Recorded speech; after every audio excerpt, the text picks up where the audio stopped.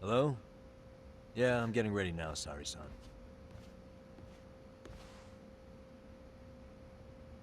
Oversleep? I would never... Okay. Yeah. Alright, see you at the courthouse.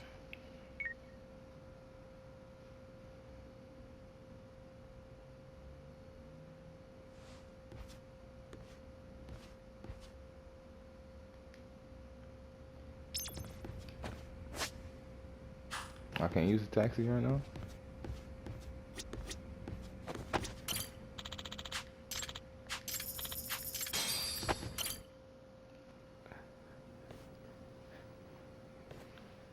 Top of the morning, top of the morning, top of the morning.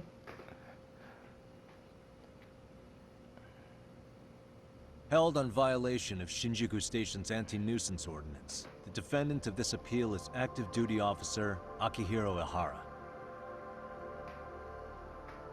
He was previously convicted and sentenced to 6 months. However, the defense wholly rejects the sexual battery charge and asserts his innocence. The prosecution points to 2 pieces of evidence to prove the defendant guilty.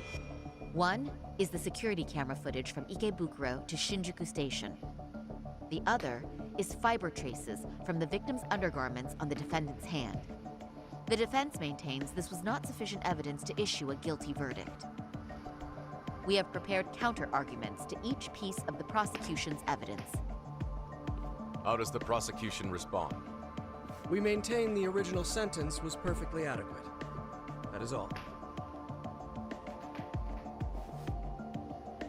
Then first, let's examine the security footage from Ikebukuro and Shinjuku Station submitted at the first trial. This is footage of Ikebukuro Station on October 7th at 7:43 a.m. The individual wearing sunglasses and a mask is believed to be the defendant. This person remains in the area for over an hour, watching as countless trains make their stops. At 9:06 a.m., he locates the victim of this case. Then he boards the train and pursues her. This footage of the station platform is from when the suspect and victim board the train car. We already saw this during the first trial. Let's not be redundant. Of course not. The victim claimed the defendant moved in a suspicious manner once the train left Ikebukuro Station, ultimately placing his hand under her skirt. After they arrived at Shinjuku Station 6 minutes later, the victim gathered her courage and grabbed his hand. However, there's a possibility the offender seen here is not the defendant himself, but a different person entirely, a stand-in. The goal was to disguise this event as an alibi for the murder which occurred in Yokohama that same morning. In other words, this instance of sexual battery was a conspiratorial fabrication. The original verdict was issued without taking this into consideration, resulting in an inadequate trial. This is merely speculation. The defense has no proof to support these claims. Precisely the issue. Yes, there is indeed no definitive proof that confirms the existence of a stand-in. However, the notion itself cannot be disproved, even with all of the prosecution's evidence. Would you care to elaborate, please? The assailant fled the train and was caught shortly after on the Shinjuku Station platform. Many nearby passengers filmed the scene, which then circulated throughout Japan. The impact may have been greater since the defendant was an active duty officer. There's no mistake that the man apprehended at the platform was the defendant. Upon arrival, station police arrested him and immediately performed a trace element inspection. With that said, there's a very real possibility the offender who ran off the train was an entirely different person. And we have the evidence to prove that. Let's do this perfectly.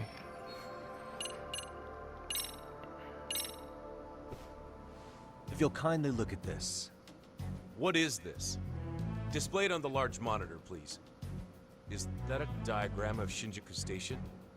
That's correct, Your Honor. First, the victim and the offender ran onto the platform as soon as the train doors opened. The train car they boarded is here on this map. We've marked the offender's route with an arrow. The lighter areas on the overhead view are within the security camera's line of sight. More people pass through Shinjuku than anywhere on Earth in a single day. It's packed with security cameras. However, this arrow with the dotted line reveals the existence of a small blind spot. That's where the defendant and stand-in swapped places. I see. So you claim this was their opportunity? Yes.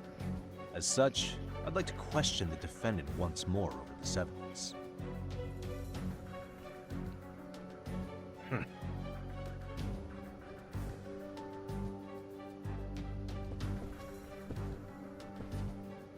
Defendant, when you were issued the verdict in your first trial, you said the following to the judge.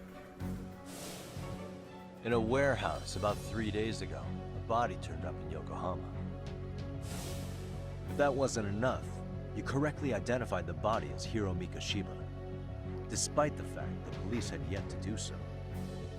How did you manage to pull off such a feat? It came to me in a dream. Strange, I know. You sound like bullshit to me. Mikoshiba-san was your son Toshiro-kun's classmate, was he not? That's right. Toshiro Ehara was found dead in his apartment 4 years ago. He took his own life. Afterward, the defendant sued the school over Toshiro-kun's suicide. Yes? Ehara-san, can you tell us why you sued the school? There were rumors my son had been bullied. Unfortunately, the court wasn't able to substantiate that claim. And these rumors were discovered on the internet? They were. Of the bullies mentioned, Mikoshiba-san's name was among them. Were you aware of this? I was. Would you say you harbored murderous intent against Mikoshiba-san? Objection. The defense's question is irrelevant. This case is to examine whether or not sexual battery took place. Also, the Kanagawa police are actively investigating Hiro Mikoshiba's murder. The courtroom is no place for baseless speculation. How does the defense respond? The timing of the battery incident makes this case an alibi for Mikoshiba-san's murder. We believe there's a very relevant connection. Very well. The prosecution's objection is overruled. And please keep it brief. Just as soon as the defendant answers the question. Did you harbor murderous intent for Hiro Mikoshiba? Of course I did. In other words, Your Honor, it goes like this. On the day Toshiro-kun's bully, Mikoshiba-san, was killed, the defendant set out to synchronize the murder with sexual battery. It became his alibi for the murder, and the prosecution and the court all but approved it. A 6-month sentence for sexual battery and getting away with murder. That's all the motivation the defendant needed to fabricate this elaborate scheme. His stand-in groped his accomplice, and then they swapped places before getting caught. It's all entirely possible. Then the defense should present some evidence to prove it. Wrong. That's not how this works, is it? The prosecution bears the burden of proof in criminal cases. If we go through all the evidence and discover the possibility no groping took place, then it's on the prosecution to refute that. Fine. Have it your way. The defense's argument about the security camera's blind spot is flimsy at best. While the defendant was running, his female victim was chasing after him. Surely the victim would have seen if he had switched places with a stand-in. That's the thing. She was in on it. Yet the victim provided no such testimony. The victim, Yui Mamiya, was an accomplice in the scheme. Objection! This is an insult to the victim. Such claims harm the integrity of all women.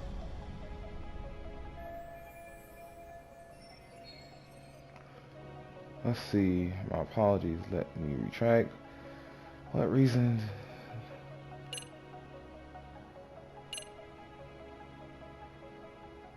How do I?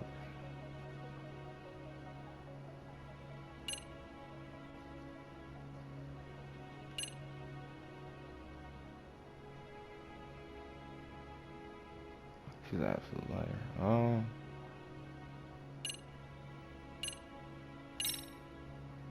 My apologies. Let me retract that. Yagami-san, what are you doing? I Yui said the right Mamiya thing. was undeniably working with Ihara-san. You know it's all over if you let that fall apart, right? Yeah, but the prosecution's glaring daggers at me. What kind of defense lawyer is afraid of the prosecution? Yeah, good point. And I fucked it up. I thought he was going to retract and like make it sound like a. Fuck it. We have good reason to doubt the victim's credibility. She was all part of his plan. In fact, that's all but sure. A 50-something man separated from his wife was driven by loneliness to harassment. That seems much more likely. The way you phrase that. Is the prosecution admitting the defense's claims aren't wholly impossible? Beg pardon? That would imply the guilty verdict from the first trial was issued without 100% certainty. Now you're just nitpicking. Defense, if you claim to doubt the victim, then what is your reasoning? Yes, we do. In actuality, she wasn't the only conspirator who helped stage the groping.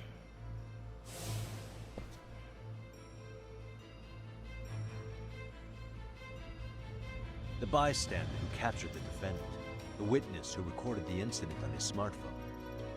Both men, in conjunction with the victim, were classmates from the same high school.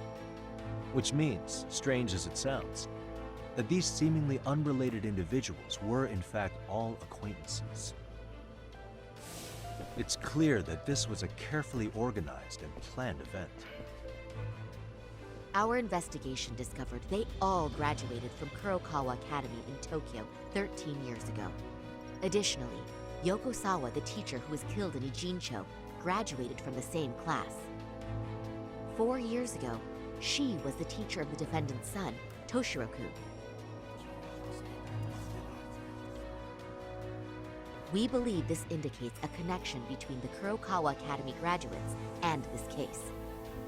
Of course, that's as deep as we need to go on that. We've simply presented the possibility that multiple conspirators were present when the defendant was apprehended.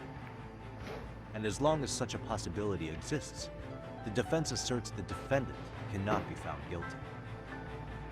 Your Honor, may I speak? What is it?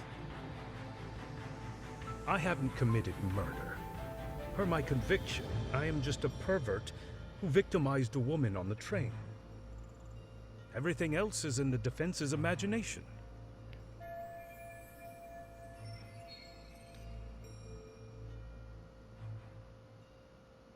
Defendant, why did you agree to this appeal then? You can ask my lawyers that. I simply didn't stop them. How does the defense respond? It's just as the defendant says. However, we believe his recollection may be a bit fuzzy. To refresh his memory, I'd like him to take a look at some footage. Will you permit this, Your Honor? Now what? But please, don't display this on the large monitor. We shouldn't shock the public. It's footage of a murder. Excuse me, wasn't that denied as evidence? As I said, this is solely to refresh your memory. It's up to the judge whether or not we show it. Please proceed.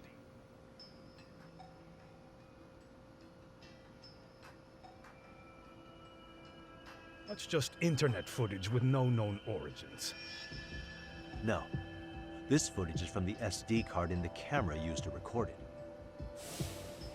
This is a write once, read many card, also known as a worm.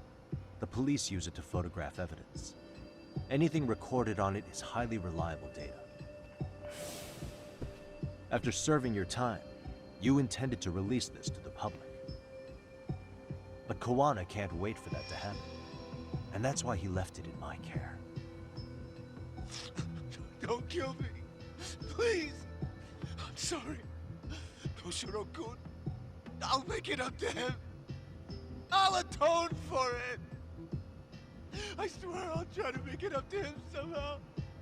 I'll spend the rest of my life making up for it. Ah!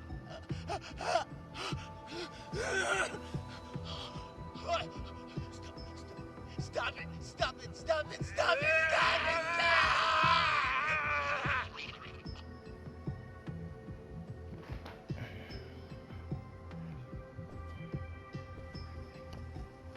Defendant, in that footage, is the person in the white raincoat you?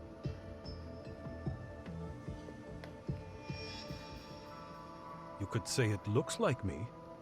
The person you killed is Hiro Mikoshiba.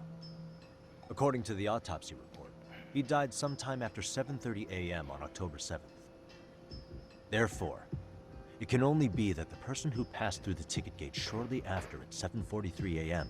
was not you, but your stand-in. As the defense, we cannot allow our client's conviction of sexual battery to stand in light of this footage. May we continue questioning the defendant? How does the prosecution respond? Even if the footage has an irrefutable source, that alone does not prove guilt of murder. I'd just like to state that in advance. So the prosecution is denying the murder? Remind me who exactly is defending me here. Good question. The defense repeatedly mentions a stand-in, but where is this person currently? Who even are they? The person on the station's security footage was wearing sunglasses, but he looked just like the defendant. We believe he used a mask made from a 3D printer. If you look closely, the alleged defendant at Ikebukuro Station and on the train does not move his mouth at all. We learned this from sources who may have been the stand-in and the collaborators. Then we should call them to the stand to testify. No need. The defendant should know all of this already. I don't know anything about it. He said he doesn't know. So what now? The defendant admitted to sexual battery, not murder. The murder footage has excellent production value, but nothing else corroborates the defense's claims. Your Honor, I would like to request further witness testimony from the victim. Denied.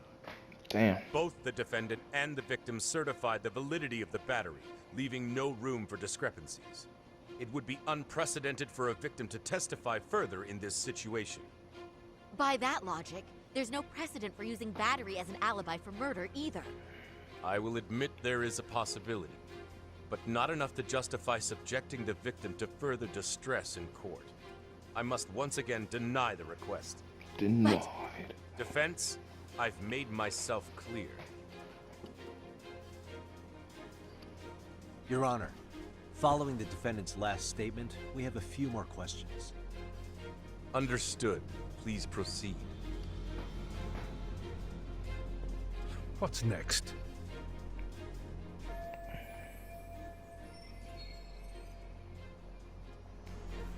Let's see, you're familiar with. Let's see.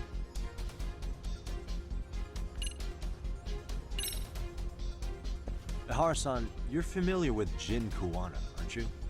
He's a handyman in Ijincho. Nope. Never heard of him. On October 7th, Kuwana disguised himself as you and boarded a train in Ikebukuro bound for Shinjuku Station. He was the stand-in for the sexual battery mentioned earlier. Your Honor, no evidence has been submitted to verify that statement. The name Kuwana was not present on any documentation, nor was the prosecution notified. Kuwana is the very person who encouraged the defendant to murder Mikoshiba-san. Defense, as the prosecution has stated, no one by the name of Kuwana is known to the court. We've not even confirmed if he exists. Please refrain from this line of questioning. But, Your Honor, Kuwana is a key factor in the defendant's motive. Without him, Ihara-san never would have killed Mikoshiba, and we wouldn't be in this courtroom. Am I getting through to you? I don't know a Kawan. No, you definitely do. Kawana's the one who fanned the flames of vengeance. You do well to remember that.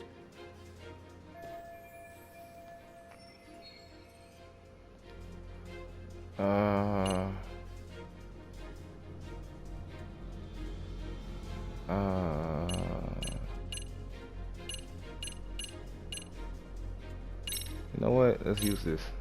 I don't know if it's gonna work. Take a listen to this.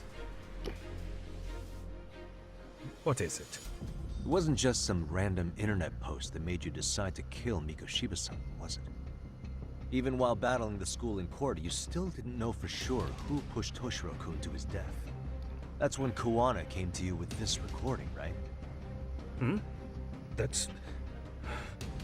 Why do you... He getting a little scared, aren't you? You shaking in your boots, boy. Toshiro-kun came running to the roof. His face was pretty swollen. And a few minutes later, a student named Mikoshiba came up looking for him. I'll never forget the fear I saw in Toshiro-kun's face. That's the voice of Yokosawa, the teacher Toshiro-kun confided in about being bullied 4 years ago. It was recorded in secret and played for the defendant by Kuwana. He told me about everything. The teasing, the beatings, the theft. How nobody was on his side. And yet, I had to deny all this in front of an entire courtroom. Believe me, I never wanted to do that.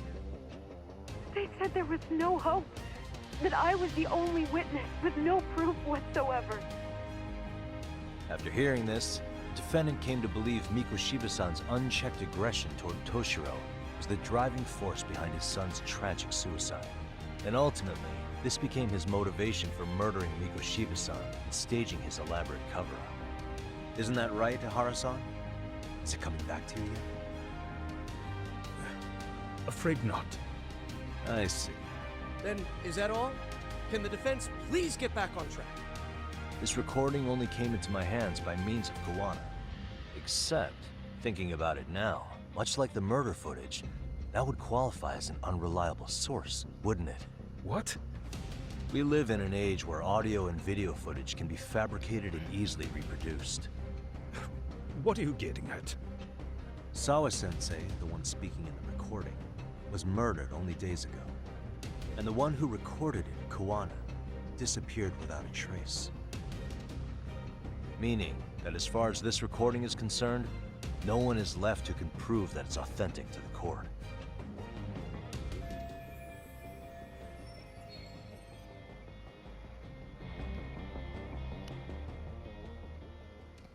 Or is my understanding incorrect?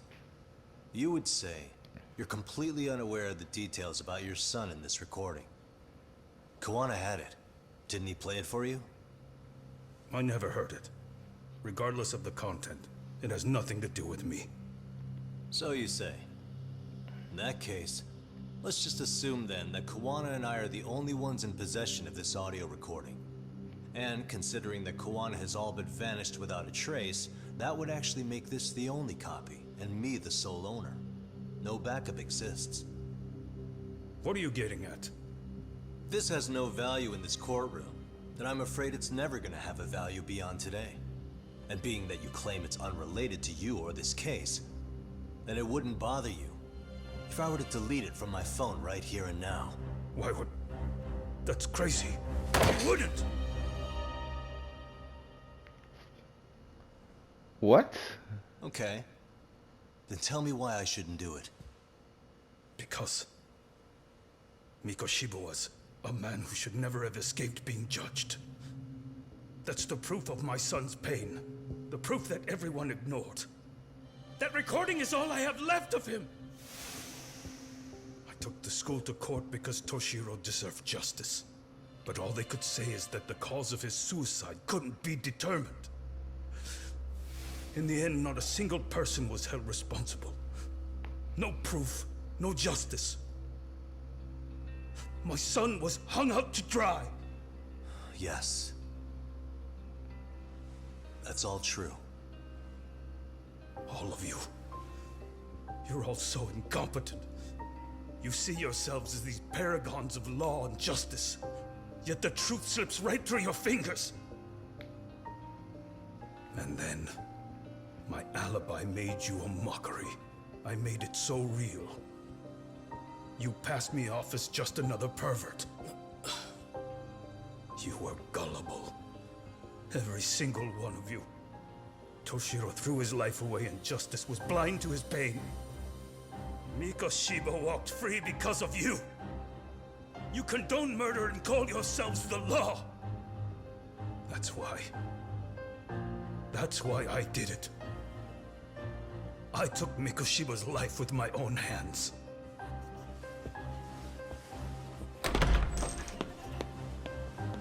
This is coming in hot. Remember that pervert cop? Turns out he's actually a murderer.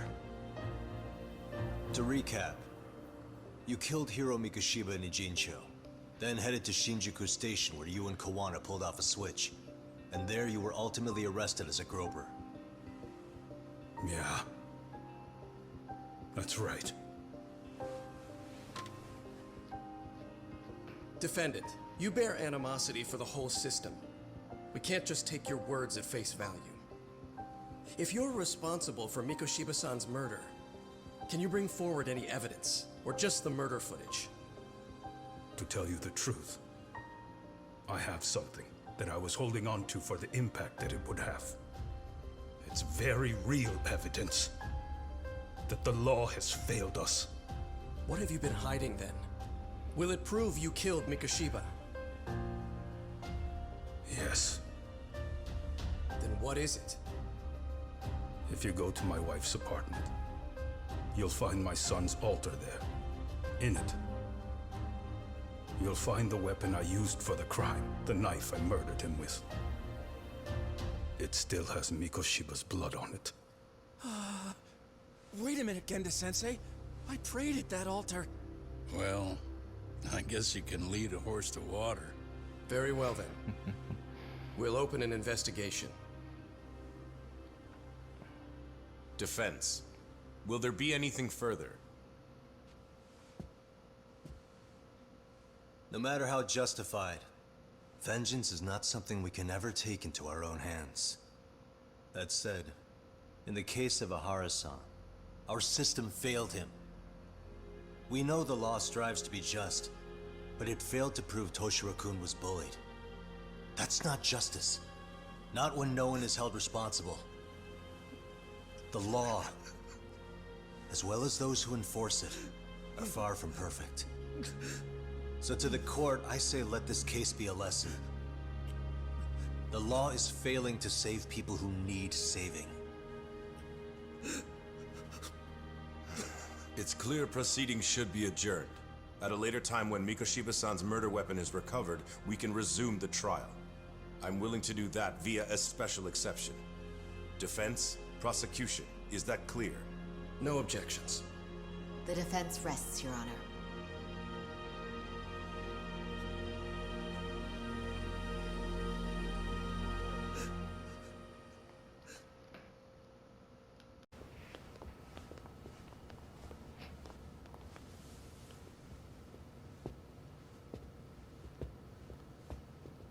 Well, Kanagawa PD called from the Ehara residence. They've recovered the knife. I'm ashamed to admit that I was so blind to his scheme. Well then, that makes two of us.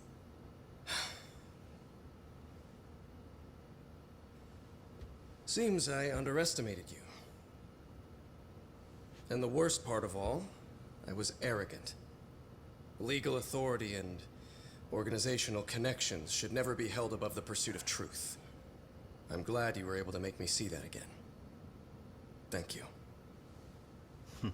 Nah. You've come a long way. Genda-sensei. Prosecutor Takano's been stubborn as hell from the day he passed the bar. Once he's made up his mind, nothing can stand in his way, not even his own boss. And he only bows once in a blue moon, so I hope you remember this. Typical Genda law. I'm never going to like you.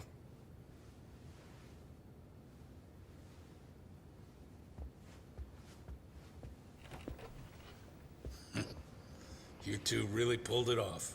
Great job.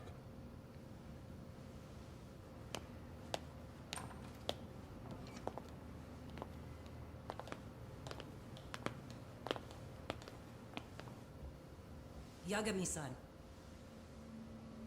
Uh-oh. It's Kusamoto, the Vice Minister.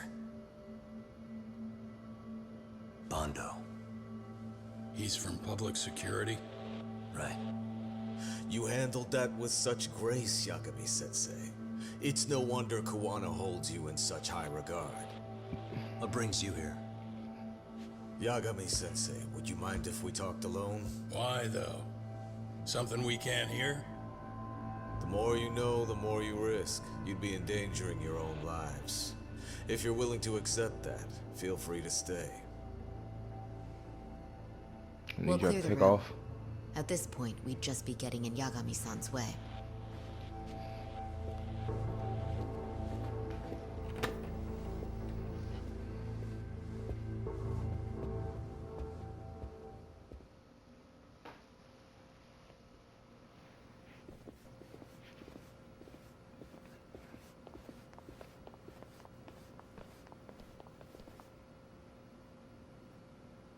It was nearly a month ago that Kusumoto-san received a letter from Kuwana. Though we were unable to use it to trace him. What did it say? Soma told you, didn't he? Kuwana hid Shinya Kawai's body, seeing as Kusumoto-san's fingerprints and other traces were still on it. If that surfaces, the Ministry of Health will have yet another massive scandal on its hands. As such, we'd like to recover and dispose of the body as quickly as possible. Perhaps we'll need to melt it down.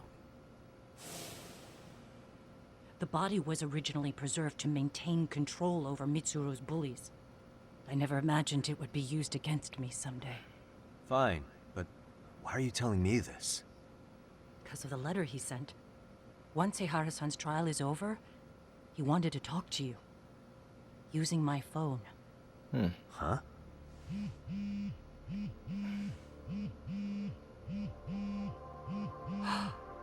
Is that Kuwana?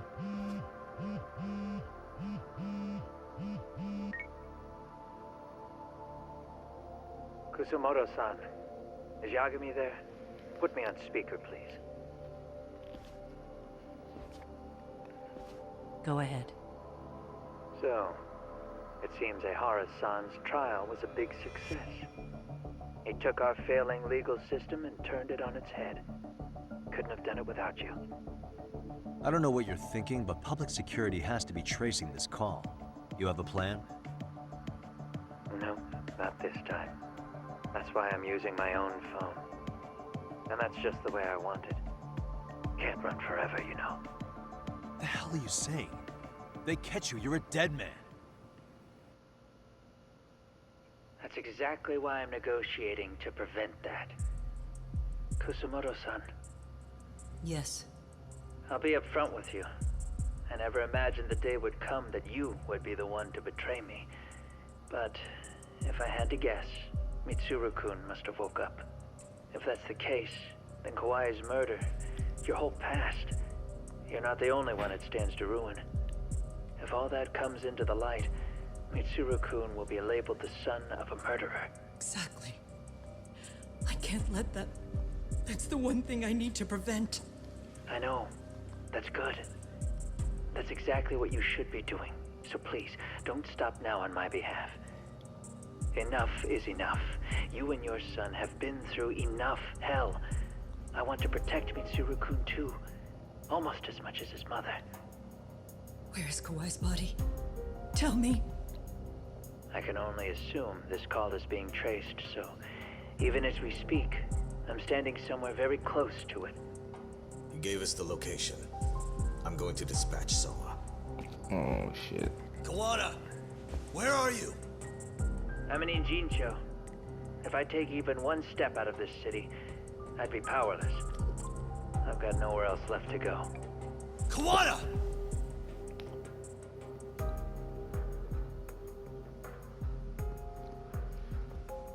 After they find Kawai's body and Kuwana is taken care of, I'm next on the list. Bando can act at his own discretion. If he wants me gone, he'll be able to silence anyone who could know too much. Sawa-sensei was just the first victim. You yourself have sealed this fate, you know. Will you tell him? Will you tell Mitsuru-kun about Sawa-sensei?